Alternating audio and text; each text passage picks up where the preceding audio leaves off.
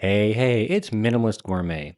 Every year for Christmas, we went to my grandparents' house for breakfast, and every year my grandmother would cook a wonderful breakfast casserole just like this.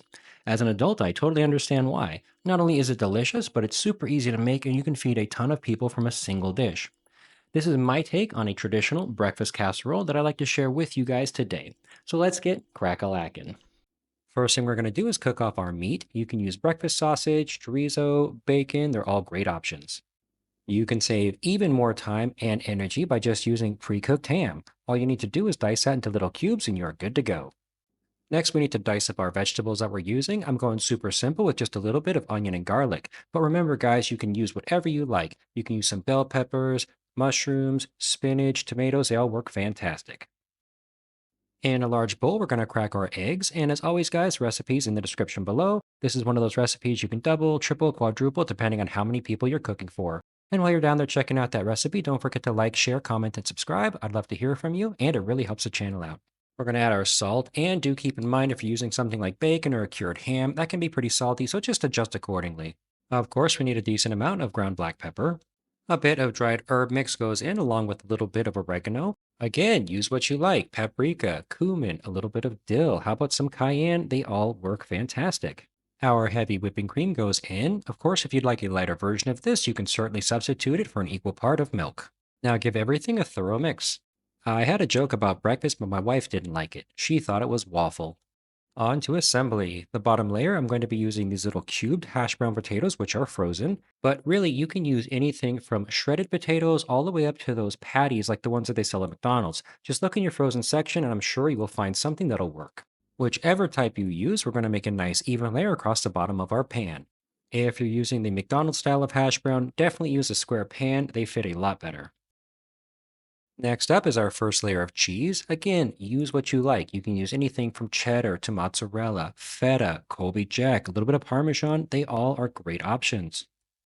Next layer is going to be whatever vegetables you chose to put in. And of course, it wouldn't be complete without our minced garlic. Following that up with our sausage, which we previously browned, and then we're going to pour in our egg mixture.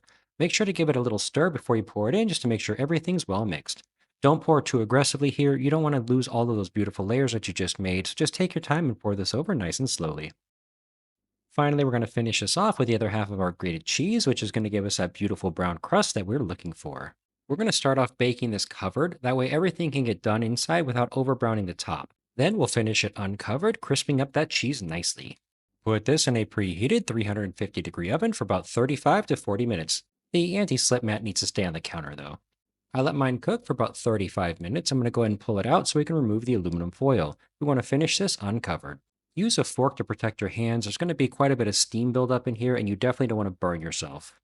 This is going to go back in the oven, uncovered, for an additional 15 or 20 minutes. This will give everything a chance to fully cook, as well as that cheese a chance to brown up wonderfully. I ended up cooking mine for an additional 20 minutes because I do like my cheese nice and toasted on top. Now, the way to tell that this is done is by first giving it a good shake and making sure that the center is totally set. Shouldn't move, we're good to go here. You can also touch the top, it should feel nice and set like a scrambled egg, it shouldn't be watery at all. Considering how amazing this smells, it's going to be very difficult, but I do recommend you wait about 10 minutes before cutting into this. It'll still stay rocket hot and your pieces will come out nice and solid this way. Alright, well, it's time for my favorite part of the video where we get a taste test this bad boy. So let's see if our work was all worth it. It definitely smells good. You've got the nice layers of potato on the bottom, you've got some sausage in the middle, and that delicious, delicious brown cheese right on top. Can't wait. Oh yeah, reminds me of Christmas morning, baby. Mm-hmm. Mm. Oh man, the potatoes, perfectly nice and soft like they've been steamed. The eggs are nice and light, perfectly seasoned, and the sausage is just fantastic. Again, you can put anything you'd like into this and really customize it to make it your own, but man, definitely some nostalgia on a plate right here for me. Let's see if you can hear the cheese here. I know that it's absolutely guaranteed to satisfy all the people that you're going to feed with it on your next breakfast. Let me know how it goes in the comments below. I'd love to hear from you. And honestly, I'm going to go and finish the rest of this plate. So thanks so much for watching, guys. I really appreciate it. And I'll see y'all here next week on the next episode of Minimalist Gourmet. Mm.